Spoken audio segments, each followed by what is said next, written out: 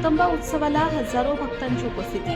भीम, बकासूर युद्ध, रावण आणि नंदीचे सोंग ठरले आकर्षण. आदिवासी भागातील शेकडो वर्षांची अखंडित परंपरा असलेल्या खोडाळ्यातील जगदंबा उत्सवाला बोहाडा हजारो भक्तांनी उपस्थिती दर्शवली आहे. या उत्सवात भीम, बकासूर युद्ध, रावण, नंदी आणि विंचवाचे सोंग विशेष आकर्षण ठरले आहे. जगदंबा भक्त व परिसरातील नागरिकांनी हजारोंच्या संख्येने या उत्सवाला गर्दी केली होती. मोखाड्यात जगदंबा उत्सवाची सुमारे 300हून अधिक वर्षांची परंपरा आहे. मोखाड्याचा मुख्य आणि मानाचा बोहाडा झाल्यानंतर इतर गावोगावी हा उत्सव साजरा करण्यात येतो. तालुक्याची मुख्य बाजारपेठ असलेल्या खोडाळ्यात 4 दिवस जगदंबा उत्सवाची धूम होती. 21 एप्रिलला रात्रभर मुख्य उत्सव साजरा झाला. सकाळी वाजत गाजत देवीची मिरवणूक काढण्यात आली. यावेळी अनेकांनी खण नारळाने देवीची ओटी भरून पूजा केली.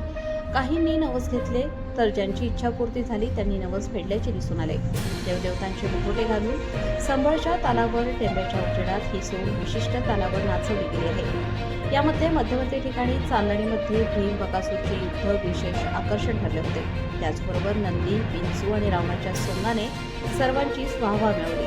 अनेक जगदंबा भक्तांनी या उत्सवाला आपल्या मोबाईलच्या कॅमेऱ्यात कैद केले आहे. गावात वेगवेगळ्या भागातून पाळणे, खेळणी, खाऊ, कटलरीची दुकाने आल्याने या व्यापाऱ्यांची चांगली कमाई झाली आहे.